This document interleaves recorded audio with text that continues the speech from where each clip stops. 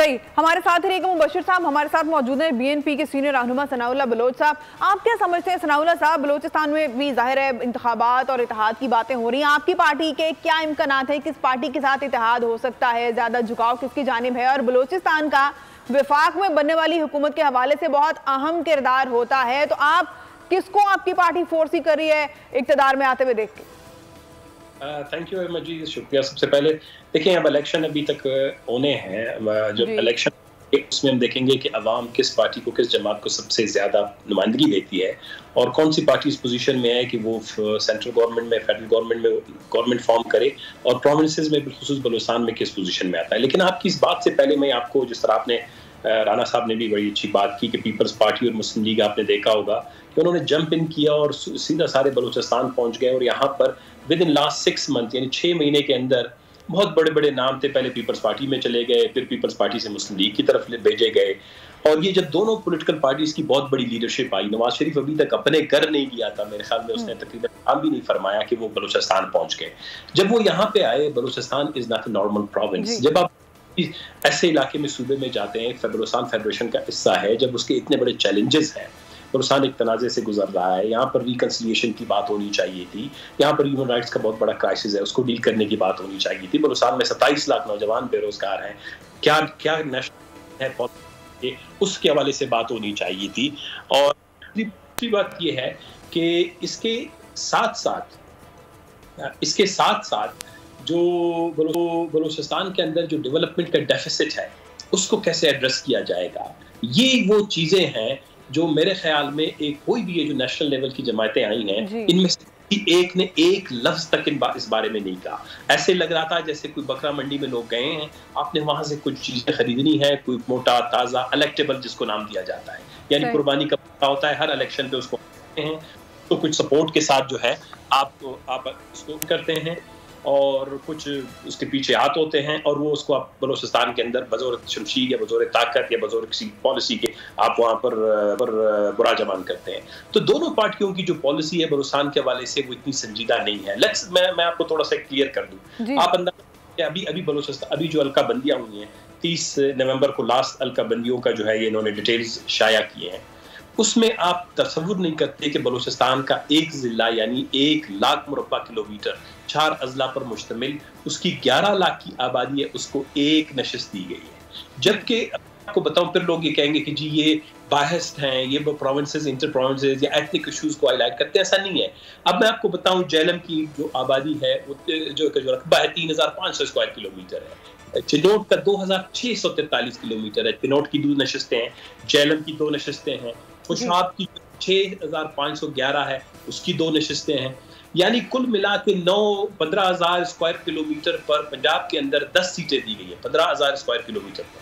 बलूचिस्तान की जो डेवलपमेंट का हमारा डेफिसिट है, कॉन्फ्लिक्ट है, पॉवर्टी है, अंडर डेवलपमेंट है, सबको देखे बगैर बावजूद इलेक्शन कमीशन ने बलूचिस्तान की जो नशिस्तें हैं वो 11 लाख, 12 लाख, 10 लाख, 10.5 लाख बटग्राम को सीट दे दी है। इसी तरह चित्राल को, या फिर ठीक है हम ये कहते हैं, देखें इनमें से किसी भी पॉलिटिकल पार्टी ने ये नहीं कहा कि यार बलूचिस्तान का हक बनता है कि वो बलूचिस्तान के रकबे के एतबार से अगर हम रिप्रेजेंटेशन नहीं दे सकते, लेकिन कम से कम बलूचिस्तान को तो इंतखाबात से पहले तो बलूचिस्तान के लिए बहुत पुरकशिश वादे और दावे किए जाते हैं सनाउल्लाह साहब, इस बार भी सुन रहे हैं हम, इस बार भी किए जा रहे हैं। आसिफ अली जरदारी साहब ने तो बहुत जज्बात, एहसासात का इजहार भी किया है, उनका कहना है कि बलूचिस्तान का खून कोई सस्ता तो नहीं है, इसका एहसास क्यों नहीं होता लोगों को?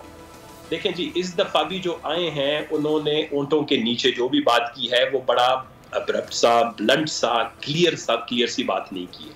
अगर कुछ लोग चाहते हैं कि बलूचिस्तान फेडरेशन का एक मजबूत सतून बन के रहे, उनको ये बात ऊँटों के नीचे, जुबान के नीचे करनी नहीं चाहिए। They have to be very blunt, open, along clear programme.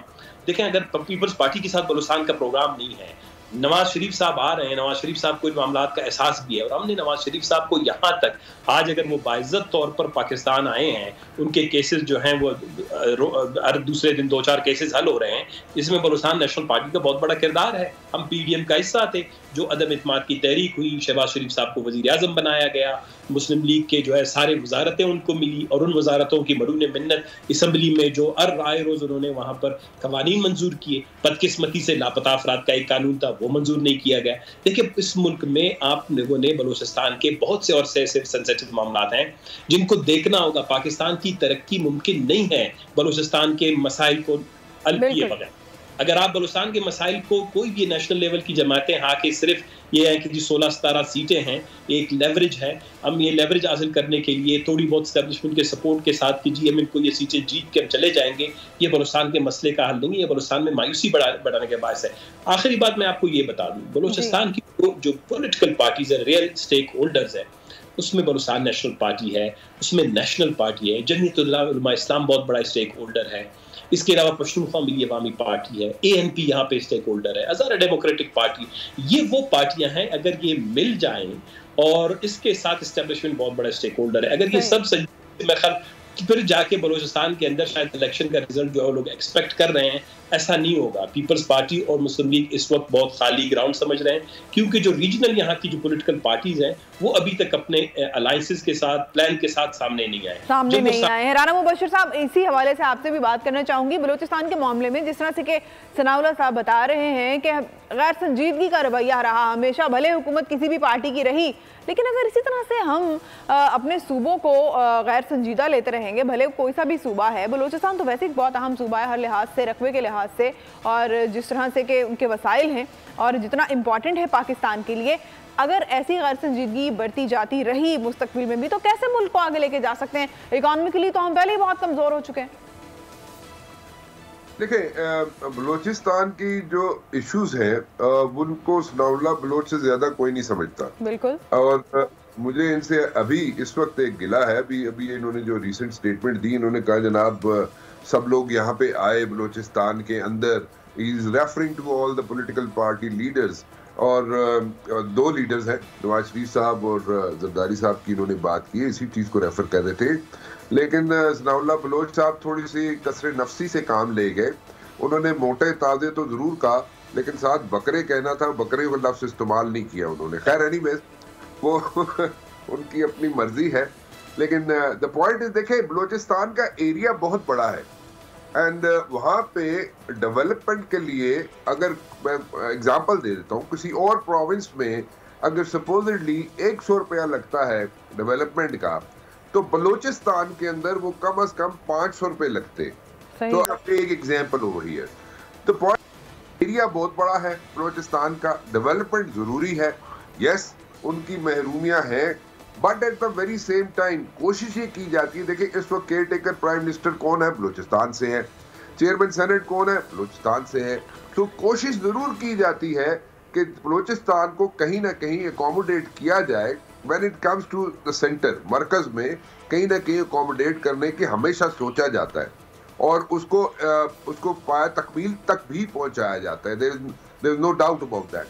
Now, once these people who are there, जो अपना डिसीजन खुद लेते हैं किस पार्टी के साथ इन्होंने चिप इन करना है अपने आप को, बलूचिस्तान के पार्लियामेंटेरियंस ने, once they are in the parliament, in the upper house and the lower house, now it's their responsibility कि जो issues है back home in बलूचिस्तान, उनको टेक केयर करें ये लोग, या उसके लिए ह्यू एंड उठाए, और करते भी हैं ये लोग, ये नहीं कि नहीं करते।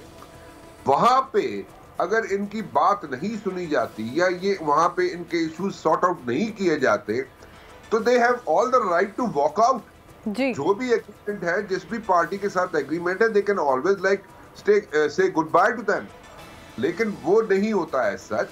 लेकिन इनको मेरे ख्याल में चाहिए ये, मैं बहुत इज्जत करता हूँ बलोचियों की, बलूचिस्तान के लोगों की, लेकिन इनको भी they have to put their foot down, they have to put their foot down once they are in the allies of any party.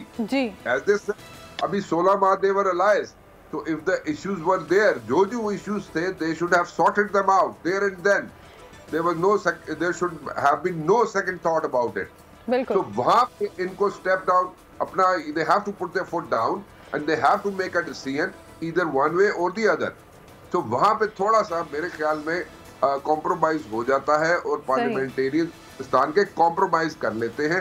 For one reason और the other, whatever the reasons are, वो ज्यादा बेहतर समझते हैं और उस वक्त की इन्वायरमेंट के हिसाब से, उस वक्त की कंडीशनैलिटीज के हिसाब से बिल्कुल वो कोई ना कोई रीजन होगा उनका, लेकिन that is not that important. जो इनके अपने इश्यूज है उनको सॉर्ट आउट करना, दैट अपने इश्यूज को सॉर्ट आउट करना ज्यादा इंपॉर्टेंट है। इंतखाबात भी जाहिर है सर पर हैं और फिर इस तरह सियासी जमातों के अपने अंदर जो इख्तलाफात हैं, मुख्तलिफ लीडर्स के आपस में एक दूसरे से अगर इख्तलाफात चल रहे हैं, सनाउल्लाह साहब आप क्या समझते हैं, विफाक में आप किसको हुकूमत बनाता वो देख रहे हैं इस बार? देखिए इस वक्त जो हालात नजर आ रहे हैं, मुझे देखिए मैं अब सिंध गया नहीं हूँ, लेकिन इस्लामाबाद, तो मेरे ख्याल में अगर देखें जो बात लेवल प्लेइंग फील्ड की हो रही है, वो मेरे ख्याल में बलूचिस्तान के अंदर हम देख रहे हैं कि बहुत सी मुश्किलात हैं।